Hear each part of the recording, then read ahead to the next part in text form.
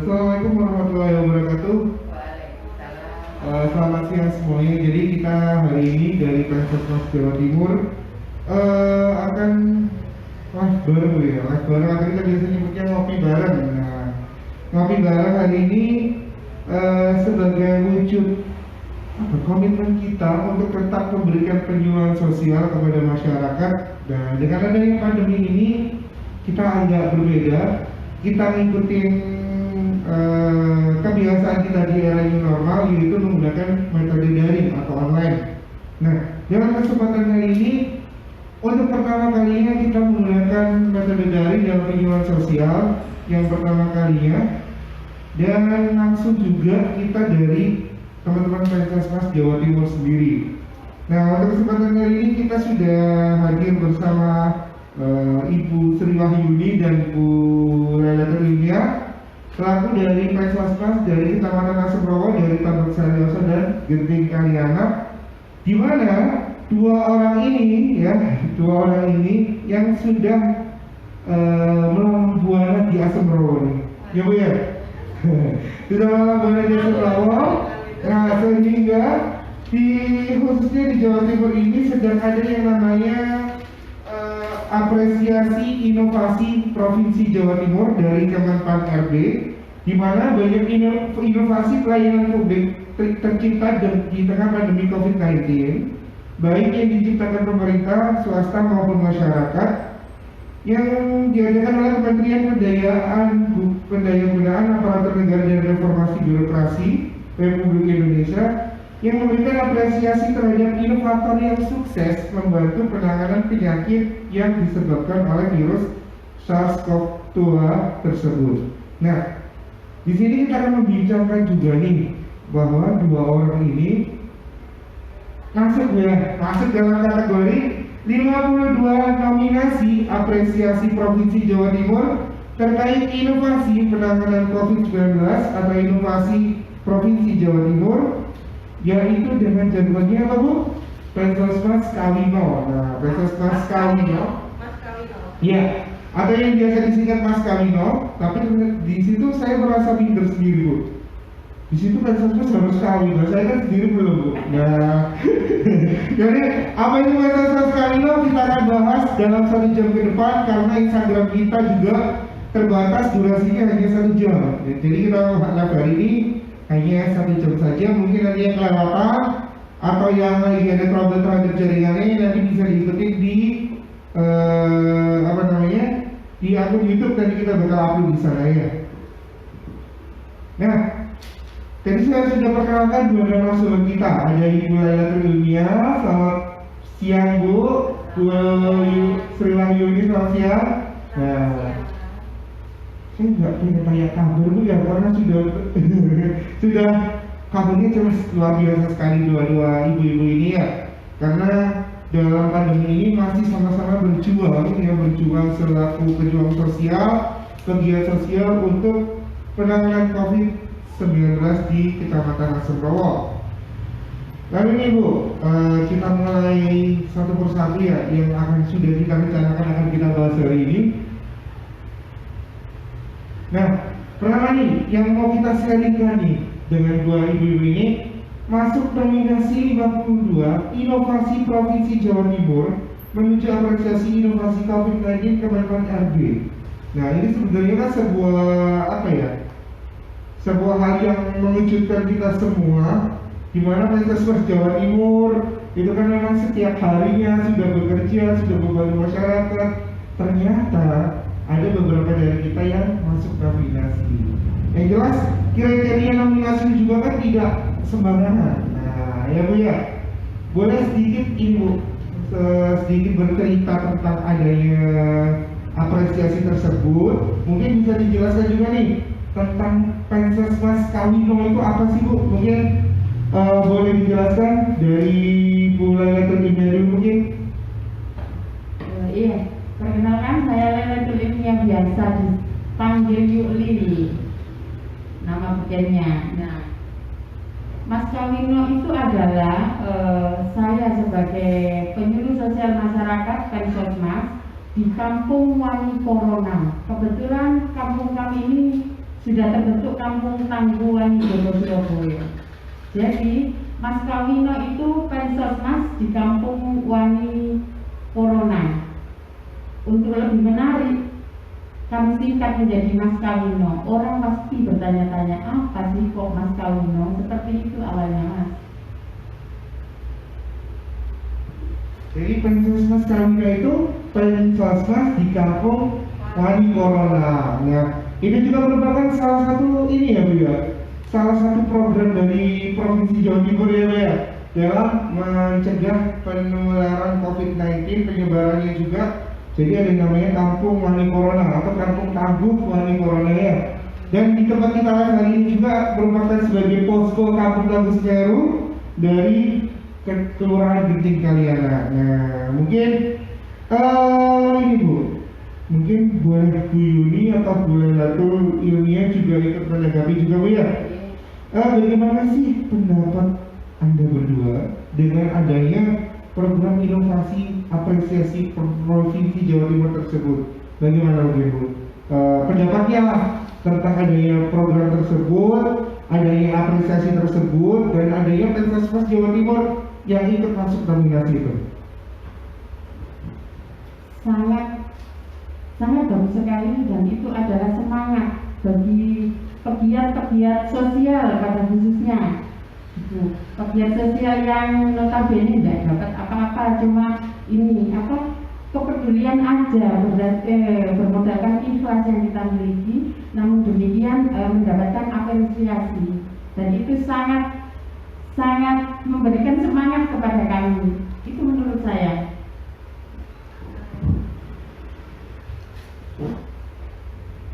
Bisa saya tambahkan, dengan adanya program apresiasi inovasi ini, kita merasa semakin termotivasi, dan tentunya juga bukan hanya Pensosmas tapi juga penggiat kegiatan sosial-sosial yang lain yang memang betul apa kata Bu Lila, yang namanya penggiat sosial kita nggak usah melihat dapat apa sih gitu, yang penting apa yang bisa kita lakukan untuk membantu atau mengurangi permasalahan yang ada di sekitar kita. Hanya itu yang bisa kita lakukan, ya sudah itu saja yang kita lakukan, dan memang sangat menjadi penyemangat juga memang ya.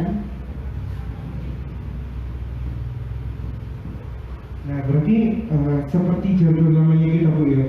Jadi Pensosmas dimanapun berada harus membantu sekitarnya. Jadi seperti yang sudah kita lakukan selama ini, adapun COVID, adapun tidak, kita juga pasti membantu di sekitar kita, dimulai dari upaya pencegahannya melalui kegiatan perlindungan sosial ya. Nah lalu ini Bu, adanya COVID ini sendiri kan jelas ada upaya pencegahan, upaya penanganan. Nah kita bahas satu persatu ini Bu.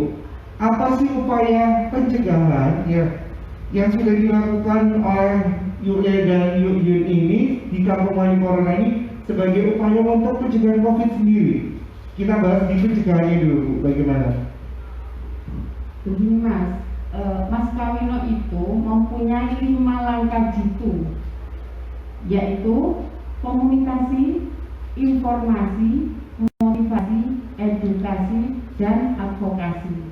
Nah itu bisa kita jadikan sebagai pencegahan. Komunikasi yang kita lakukan antara warga, kemudian RT, RW, dan kelurahan, kecamatan, puskesmas, kita bekerja sama. Itu sebagai pencegahan. Dan untuk informasi, warga memerlukan informasi yang sesuai, yang tidak hoax gitu Mas. Sosialisasi juga kita lakukan sebagai pencegahan, motivasi, edukasi, dan advokasi. Untuk lebih lanjut bisa mungkin Yuni. Untuk komunikasi, informasi, motivasi, edukasi, dan advokasi itu kita lakukan tanpa batas. Dimanapun tempat kita, dimanapun kita berada, dan di kesempatan apapun berusaha selalu kita lakukan. Tidak hanya di kegiatan-kegiatan tertentu, tapi dalam misalnya ini kalau memang ibu-ibu ya sedang belanja, terus lihat ada yang kok masih belum memenuhi protokol kesehatan itu, kita langsung nggak usah nunggu waktu lama-lama, langsung kita edukasi di situ dengan komunikasi yang baik, kita informasikan yang benar gitu, biar ada kesadaran. Yang penting cara penyampaian kita enak didengar dan insya Allah yang menerima juga dengan lapang dada juga, dan mau mengikuti apa yang sudah kita upayakan. Ini Mas, sebagai contoh ya Mas ya, terkadang Mas ya, orang yang sudah melakukan swab, melakukan ini rapid test, kemudian negatif, itu kan kadang-kadang merasa kepedean, sudah tidak mau pakai masker lagi.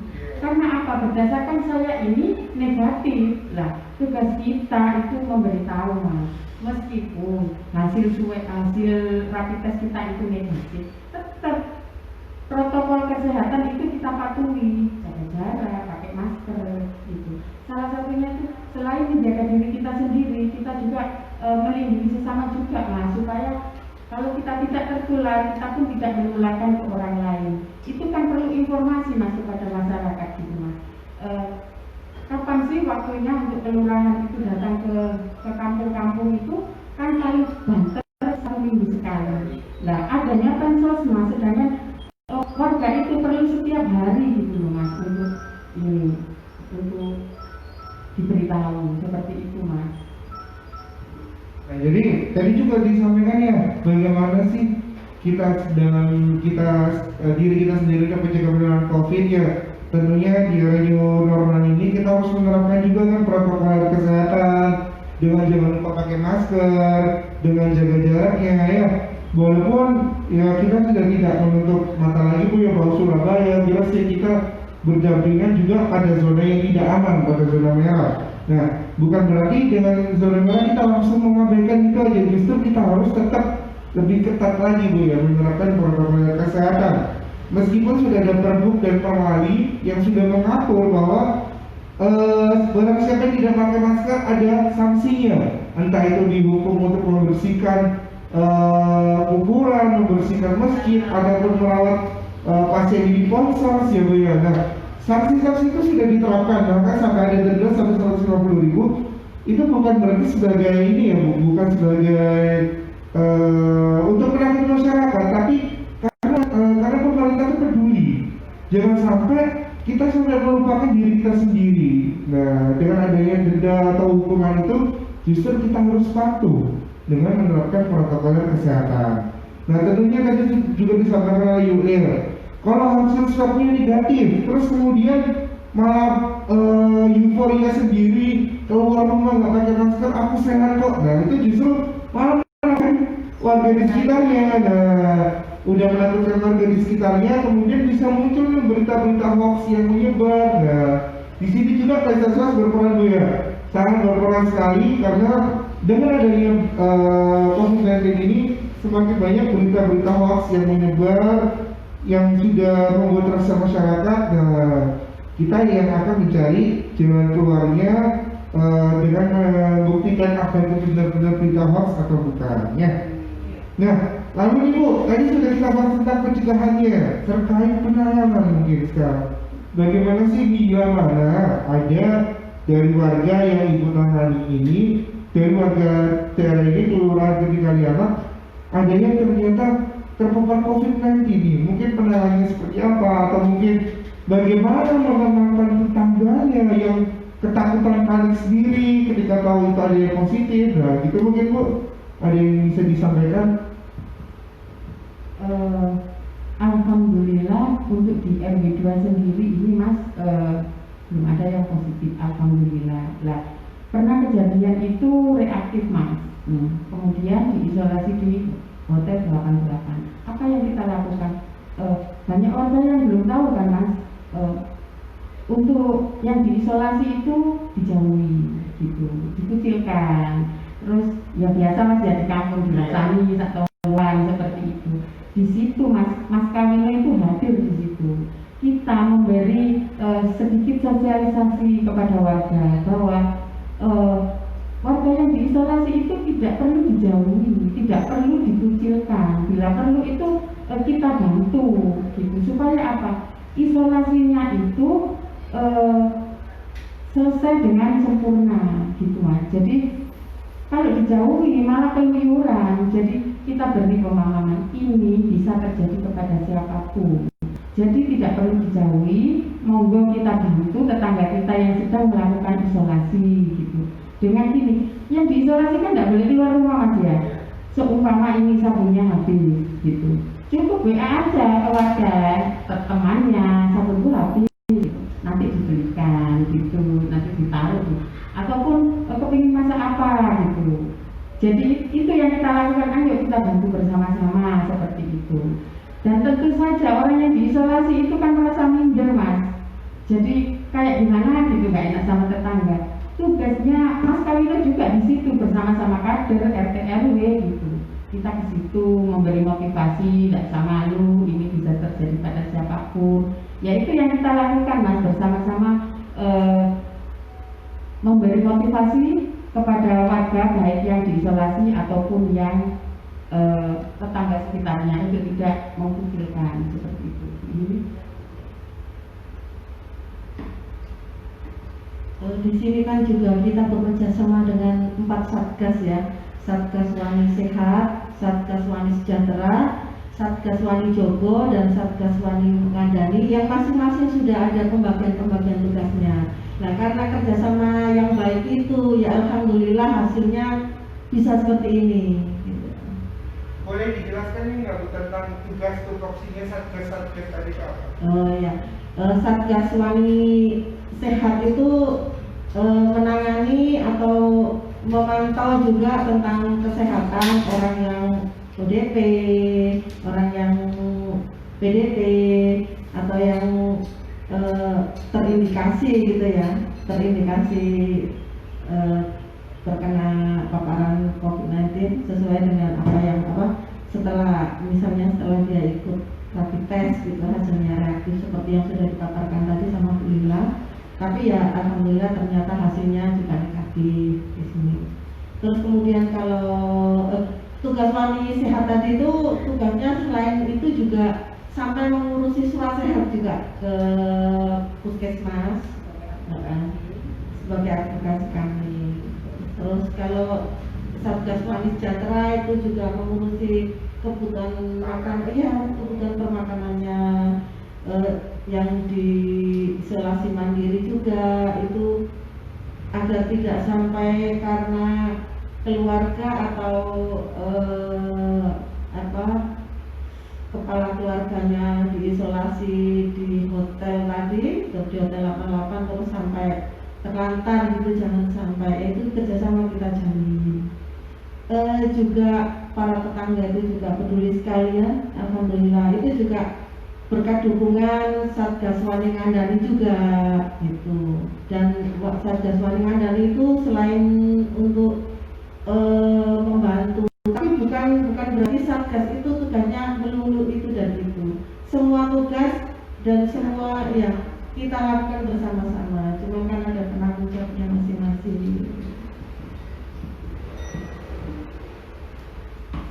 Nah, mungkin ini yang pertanyaan berikutnya ini yang bikin orang-orang itu bertanya-tanya. Lalu sih kok sampai ikut turun tangan sampai kayak gitu, ikut bantu orang COVID, gak takut ketularan? Nah, mungkin ini Bu, boleh dijelaskan sih apa sih motivasi ataupun inisiasi yang mendorong dua ibu-ibu ini untuk ikut turun tangan dalam upaya baik pencegahan maupun penanganan COVID-19 di kelurahan ini? Kan mungkin banyak yang ini kan Bu mikir, waduh sebenarnya nggak tidak ketularan. Nah, mungkin banyak kan Bu gunjingan-gunjingan atau omongan masyarakat kayak gitu. Nah, mungkin boleh disampaikan Bu. Iya, yang terpenting itu kan rasa peduli Mas. Udah kok peduli itu tak perlu jabatan tinggi. Yang penting kan punya hati, pasti peduli gitu loh Mas. Ya itu awalnya Mas. Kemudian kenapa takut? Sepanjang kita mematuhi protokol kesehatannya gitu loh, kita nggak perlu takut gitu loh, untuk menolong sesama. Itu yang menjadi yang menjadi dasar kenapa saya kok nggak takut untuk menolong ini pandemi, gampang menular dan lain sebagainya, kan sudah ada aturannya gitu. Nah itu aja kita patuhi.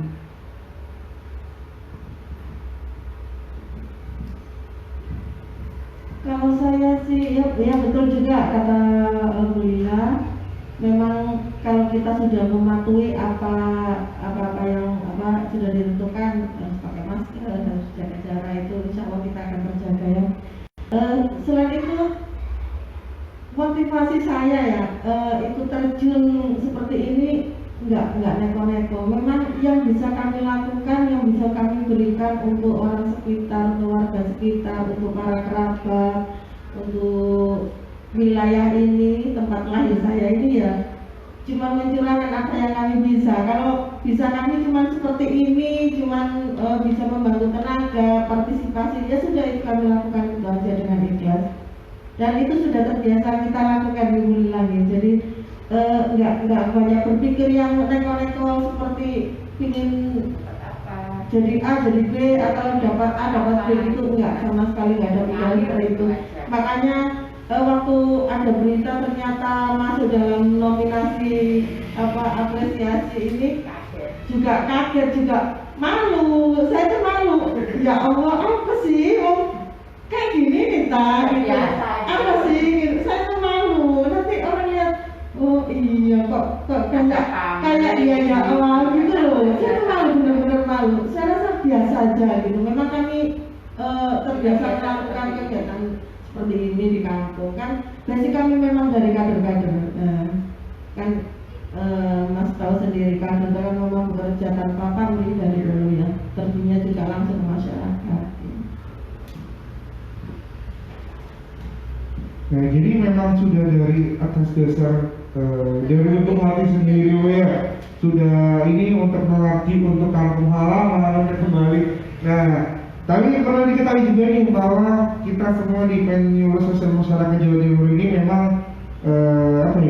dari sebelumnya juga sudah melakukan kegiatan-kegiatan penyuluhan sosial.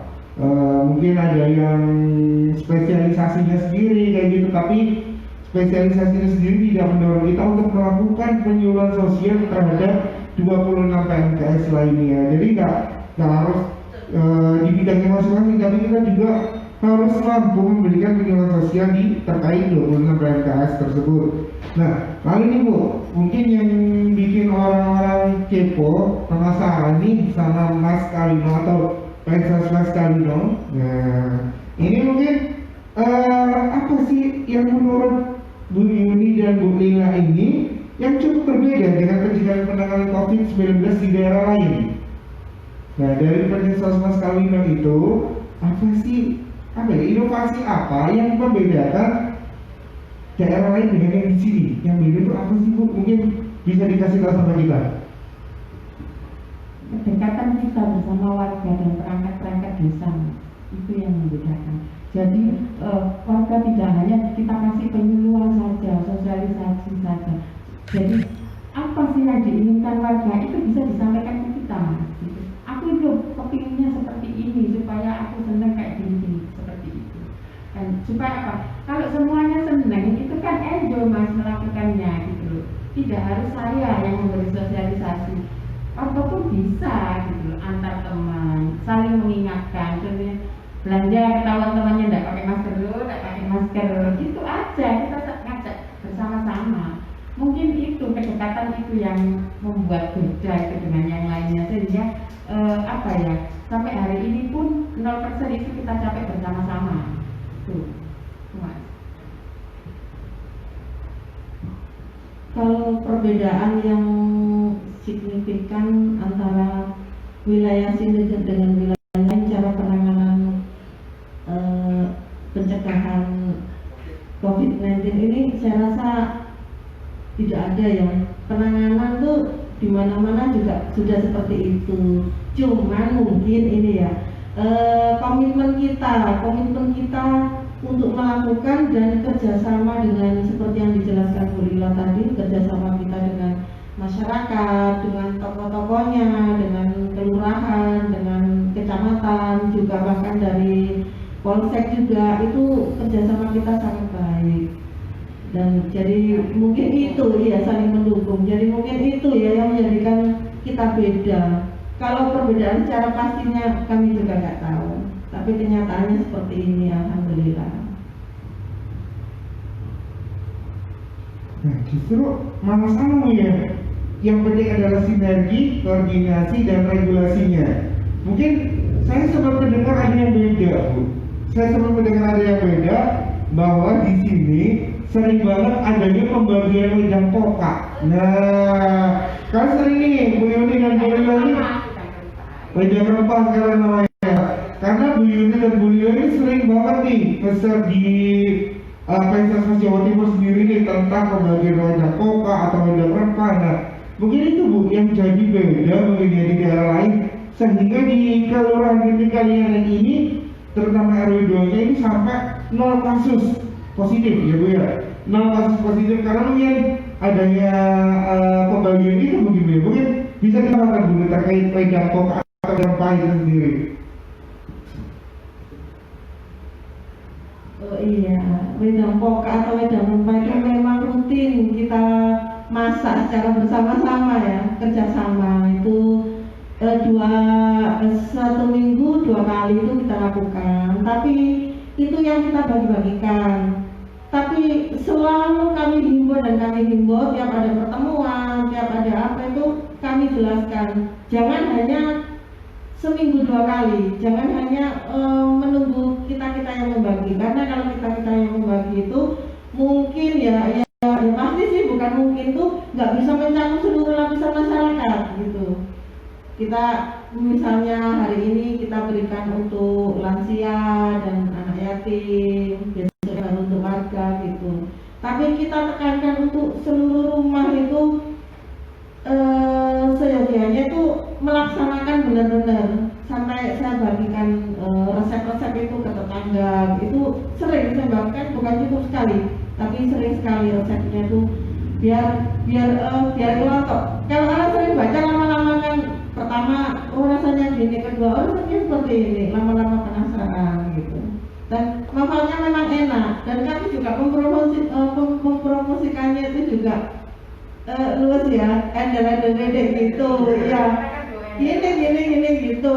Jadi ya alhamdulillah ya banyak yang Bu lupa resepnya, minta dong gitu. Ya berarti kan mereka ada kemauan juga dari diri sendiri. Makanya untuk apapun kalau tidak ada kemauan dari sendiri itu nggak bisa. Sebesar apapun upaya kita, kalau yang bersangkutan, kalau yang diajak itu nggak punya kemauan, nggak bisa. Ya. Kalau dari ini Bu, anggaran itu dari swadaya masyarakat sendiri atau gimana? Dari swadaya ya, dari swadaya. Sedikit ini Mas ya, sedikit testimoni. Saudara itu saya itu sakit Mas, demam 39,8. Saya tunjukkan ke Bu Yuni gitu. Nah, saya ingat ini pesannya Bapak Camat saya, yuk nek loro itu tambahnya ya coba susu rumah sakit di rumah sakit katanya gitu, tambahnya dicek seperti itu. Nah, kebetulan di dapur umum ini Bu Yuni ini bikin wedang rempah. Nah, kemudian saya dikasih 1 botol Mas. Saya minum itu kok yang awalnya itu sesek gitu Mas ya, apa itu batuk-batuk, setelah minum itu plong gitu Mbak Mas, apa itu dada nggak sesek, terus ini lendir-lendir itu kayaknya luluh gitu loh, plong gitu seperti itu. Akhirnya sore saya minum lagi, saya konsumsi setiap hari sampai saya sehat dan bisa beraktivitas kembali. Itu memang wedang rempah itu ketika kita minum waktu sehat itu mungkin tidak terasa Mas apa sih perbedaannya gitu. Tapi saya betul-betul merasakan kemarin itu waktu saya sendiri sakit itu, iya itu oh ternyata seperti ini gitu. Jadi hari ini saya biasakan lah 1 hari sekali gitu, tiap pagi gitu minum hangat-hangat gitu. Itu pengalaman saya, testimoni saya tentang wedang rempah Mas. Nah, jadi itu ternyata ya.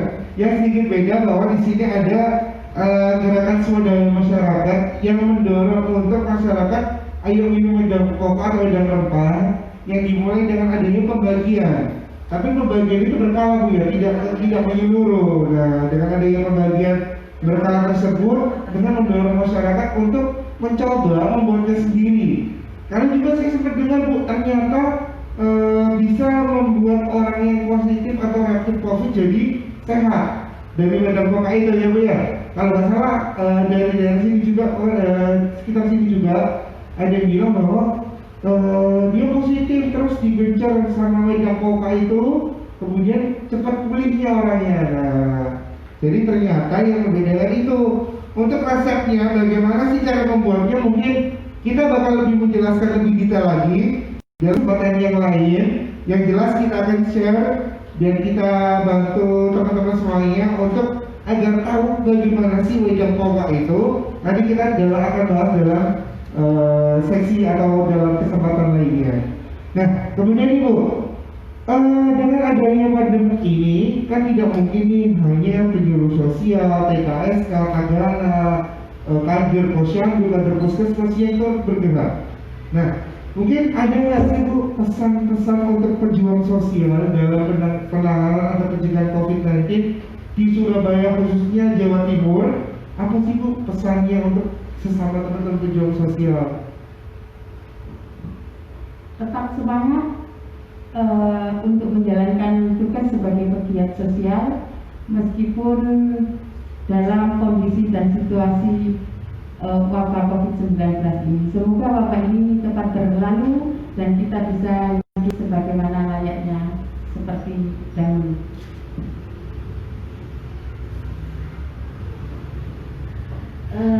Pesan dari saya tidak banyak, yaitu jangan pernah berputus asa untuk melakukan kegiatan kemanusiaan, untuk melakukan kegiatan sosial yang bisa menjadikan sesuatu hal itu lebih baik dari yang kemarin gitu. Terus kemudian sebagai pelaku pegiat sosial juga kita wajib menjaga kesehatan karena kita dituntut memiliki tenaga yang ekstra dan kita nggak boleh sakit. Jadi selalu jaga kesehatan dan beri contoh yang baik, karena contoh sesuatu yang baik itu datangnya bukan kita meminta, tapi kita memberi contoh. Kita beri contoh apa yang kita lakukan, nanti orang akan melihat dan mengikuti. Nah, itu. Nah, lalu ini yang mungkin buat teman-teman yang sudah menyaksikan boleh langsung nanya. Ataupun nanti ketika live kita sudah berakhir, boleh tanya nanti di kolom komentar, bisa langsung ditanyakan nih mau nanya apa, mau sharing apa sama kita. Nanti bakal kita balas satu persatu, karena kalau kita menunggu pertanyaan kayaknya mungkin bakal kepotong nih sama durasi Instagram ya. Nah, kemudian nih sebelum kita akhiri, mungkin ada nggak sih pesan-pesannya buat masyarakat nih terutama agar tetap hidup sehat, hidup sadar, dan produktif di pandemi kayak gini? Mungkin ada pesan yang mau disampaikan Bu? Pesan buat masyarakat tetap tenang, jangan panik, dan patuhi protokol kesehatan.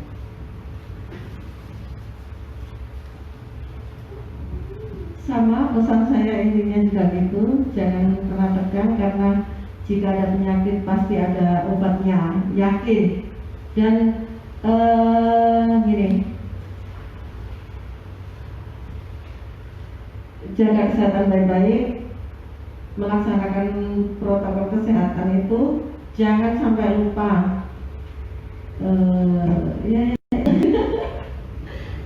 Jadi baik. Mungkin itu dari kami ya, kesemuanya tadi yang saya tarik bahwa adanya apresiasi inovasi Provinsi Jawa Timur itu sama sekali bukan tujuan kami untuk bergerak, tapi sebelum itu pun kita juga sudah bergerak, kita juga peduli, sudah melakukan upaya-upaya pencegahan baik terkait PMKS maupun COVID.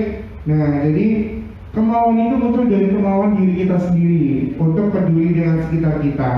Dan untuk masyarakat tetap jaga kesehatan, jaga jaraknya, jangan lupa pakai masker, dan yang paling terpenting adalah tetap tenang dan jangan asal percaya dengan berita-berita hoax. Konfirmasi dulu kebenarannya baru disebarkan, jangan diterima lalu disebar ya. Mungkin itu yang bisa kita berikan sore hari ini. Kurang lebihnya bisa langsung ditarangkan, ditulis di kolom komentar, nanti kita bakal respon satu persatu. Dan karena kita terbatas oleh waktu, mungkin kita akan ketemu di kesempatan yang lainnya. Kurang lebihnya mohon maaf, dan wassalamualaikum warahmatullahi wabarakatuh.